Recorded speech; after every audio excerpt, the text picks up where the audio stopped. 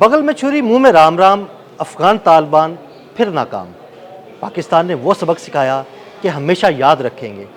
इस वक्त पाक अफगान सरहद पर क्या हो रहा है, अफगान तालिबान पाकिस्तान के खिलाफ क्या क्या प्लान बना रहे हैं और पाकिस्तान उन प्लान्स को नाकाम बनाने के लिए क्या कुछ कर रहा है।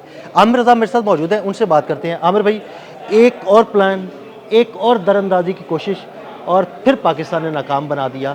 हमारे नाज़रीन को ये सारी सूरत हाल के बारे में बताइए। देखिए, सबसे पहली बात तो ये है कि 19 अक्टूबर को जो दोहा में मुज़ाकरात हुए थे, जिसमें हमारे वज़ीर दिफ़ा और उनके वज़ीर दिफ़ा जो थे वहाँ पर पहुँचे और दोनों ने ये फ़ैसला किया कि मिलकर दहशतगर्दी के ख़िलाफ़ करेंगे। जो हमारे सामने शिक्कें आई, मैंने उसके मुतल्लिक़ आपके साथ एक व्लॉग भी किया था, बताया भी था कि जो शिक्कें तय हुई हैं उसमें सबसे बड़ी शिक ये थी कि अफ़गानिस्तान की सरज़मीन जो है वो इस्तेमाल नहीं की जाएगी। लेकिन जैसे खरबूजे को देखकर खरबूजा रंग पकड़ता है, आप अगर किसी सांप की सोबत में रहेंगे तो आप भी जहरीले हो जाएंगे।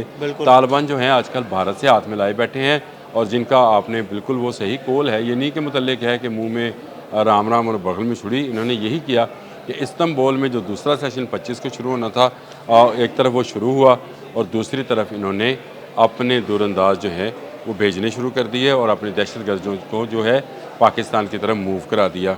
ये वो चीज़ है जिस पर पाकिस्तान ने बाकायदा एहतजाज किया। इस्तांबुल में हमने 30 घंटे के मुज़ाकरात किए हैं। ये किसी भी अमन मुज़ाकरात में सबसे लंबा ड्यूरेशन है।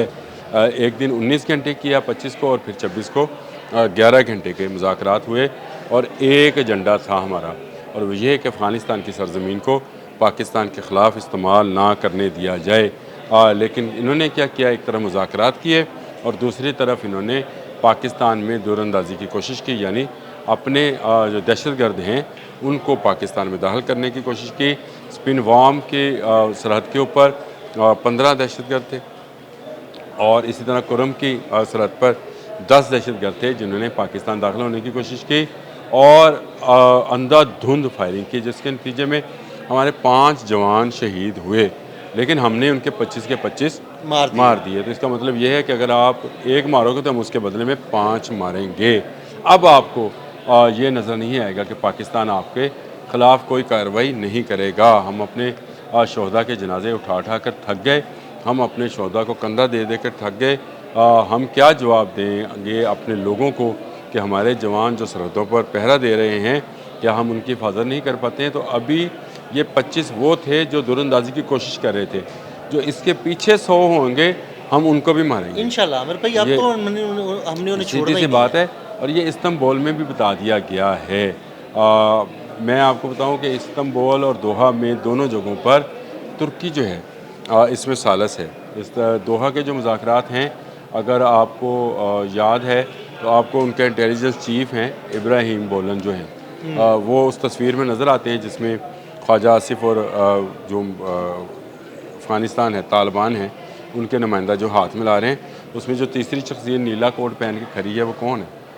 वो तुर्की के इंटेलिजेंस चीफ और तैयब अर्दवान के करीबी साथी हैं। इसका मतलब ये है कि तैयब अर्दवान ने अपना सबसे काबिल एतमाद जो बंदा है, जो उसका इंटेलिजेंस चीफ है, जिसके बारे में ये कहा जाता था कि किसी ज़माने में कि इसको जो है वज़ीर ख़ारजा बनाया जाएगा, लेकिन उससे भी इम्पोर्टेंट सीट जो है इनको दी। ये PhD डॉक्टर हैं और इस काम में बड़ी महारत रखते हैं, ख़ासकर टेबल टॉक में, और इनको इंटेलिजेंस चीफ बनाया गया जो इनके पास कौन कौन सी मालूमात होंगी।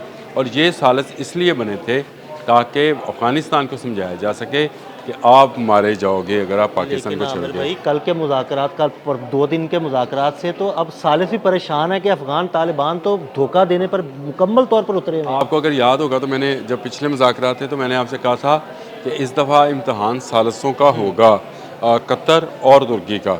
और क्योंकि ये सबसे ज़्यादा कहते थे कि अफ़गान क्योंकि मुसलमान हैं तो आप एक मुसलमान को दूसरे मुसलमान कंट्री से नहीं लड़ना चाहिए। देखिए, अफ़गानियों को तुर्की जाना चाहिए था, कतर जाना चाहिए था, सऊदी अरब जाना चाहिए था, उनको मुत्तहिदा अरब अमारात में जाकर लोगों से बात करनी चाहिए थी। ये कहाँ गया?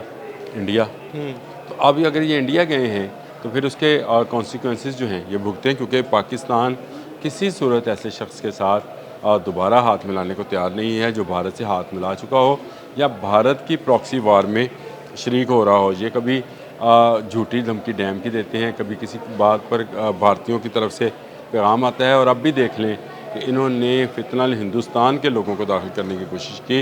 ये फितना ख़वारिज के लोग नहीं थे, ये फितना हिंदुस्तान के लोग थे जो स्पिनवार्म और कुरम के बॉर्डर्स को क्रॉस करके पाकिस्तान में दाखिल होते और यहाँ पे लोगों का अमन व अमान जो है उसको तबाह व बर्बाद करते। उसको रोक दिया गया, ना सिर्फ रोका गया बल्कि पाकिस्तान ने तुर्की और कतर को बता दिया है कि आप सालस हैं, आप बताएं इसके बाद इनसे क्या सलूक किया जाए। मैंने बहुत पहले ये बात कही थी कि इन मुज़ाकरात की कामयाबी और नाकामी दोनों का ज़िम्मेदार जो है तालिबान होंगे। बिल्कुल, ये आप बात ये कर चुके हैं। पाकिस्तान पे नहीं है, ये तालिबान पे है। अगर तो वो बंदे दे पुत्र या इंसान के बच्चे बनते हैं और फिर दोबारा कोई दौरंदाजी नहीं होती है तो हमारे इस्लामी भाई होंगे तो अपनी सरहद के अंदर महफूज रहें। लेकिन अब उन्हें करके दिखाना होगा। ये नहीं हो सकता कि आप एक तरफ हमारे साथ टेबल पर बैठे हों, गुफ्तगू शनीद कर रहे हों, बातचीत कर रहे हैं, हमें गुफ्तगू में उलझाया हो और दूसरी तरफ आप दरअंदाजी करते रहें, बॉर्डर क्रॉस कराते रहें। तो बॉर्डर्स को महफूज बनाना अफ़गानिस्तान की तरफ तालिबान का जो है फ़र्ज़ अवलीन है, वहाँ से इसको महफूज बनाएं। पाकिस्तानी बॉर्डर की फ़िक्र न करें, यहाँ के लोग जाग रहे हैं, यहाँ की फोर्सेस जो हैं वो हम वक्त चौकस हैं और जिस जगह जहाँ से भी कोई दूरअंदाज अब अंदर आने की कोशिश करेगा मारा जाएगा, बल्कि जो मुल्क के अंदर भी मौजूद हैं उनको भी मार दिया जाएगा। ये हो नहीं सकता कि हम जो हैं अपने लोगों की जानें देते रहें, कुर्बान करते रहें, अपने लोगों की शहादतें जो हैं वो करवाते रहें और खामोश रहें। अब खामोश नहीं रहा जाएगा।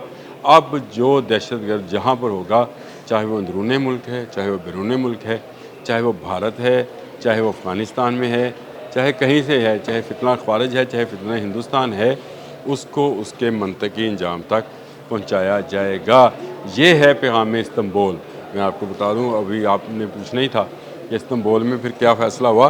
तो इस्तंबुल का पैगाम ये है कि जो जहाँ पर पाकिस्तान के ख़िलाफ़ सोचेगा भी उसको वहीं पर दफन कर दिया जाएगा, चाहे वो अफ़गानी है, चाहे वो भारतीय है। अपने अपनी सरहदों के अंदर आप खुश रहें। हम किसी पर हमलावर नहीं होना चाहते, हम किसी की ज़मीन पर एक इंच का कब्ज़ा नहीं करना चाहते हैं। लेकिन ये नहीं हो सकता कि आप पाकिस्तान की सरजमीन के अंदर आएँ और बचकर वापस जाएँ। ये 25 मार कर हमने आपको बता दिया कि ये सिर्फ 25 नहीं है, आइंदा ऐसी हरकत हुई तो आपके 2500 मारे जाएंगे इंशाल्लाह। बहुत शुक्रिया अनवर भाई जी। बिल्कुल, आमिर रज़ा ने बड़ी तफसील के साथ आपको तुर्किया में होने वाले मुज़ाकरात के बारे में बताया और ये भी बताया कि कितने दहशतगर्द हमने उनके मारे। अदील अहमद और आमिर रज़ा को इजाज़त दीजिएगा। अल्लाह हाफ़िज़। आपको अगर याद होगा तो मैंने जब पिछले मुज़ाकरात थे तो मैंने आपसे कहा था कि इस दफ़ा इम्तहान सालसों का होगा, कतर और तुर्की का। बिल्कुल। और क्योंकि ये सबसे ज़्यादा कहते थे कि अफ़गान क्योंकि मुसलमान हैं तो आप एक मुसलमान को दूसरे मुसलमान कंट्री से नहीं लड़ना चाहिए। देखिए, अफ़गानियों को तुर्की जाना चाहिए था, कतर जाना चाहिए था, सऊदी अरब जाना चाहिए था, उनको मुत्तहिदा अरब अमारात में जाकर लोगों से बात करनी चाहिए थी। ये कहाँ गया? इंडिया।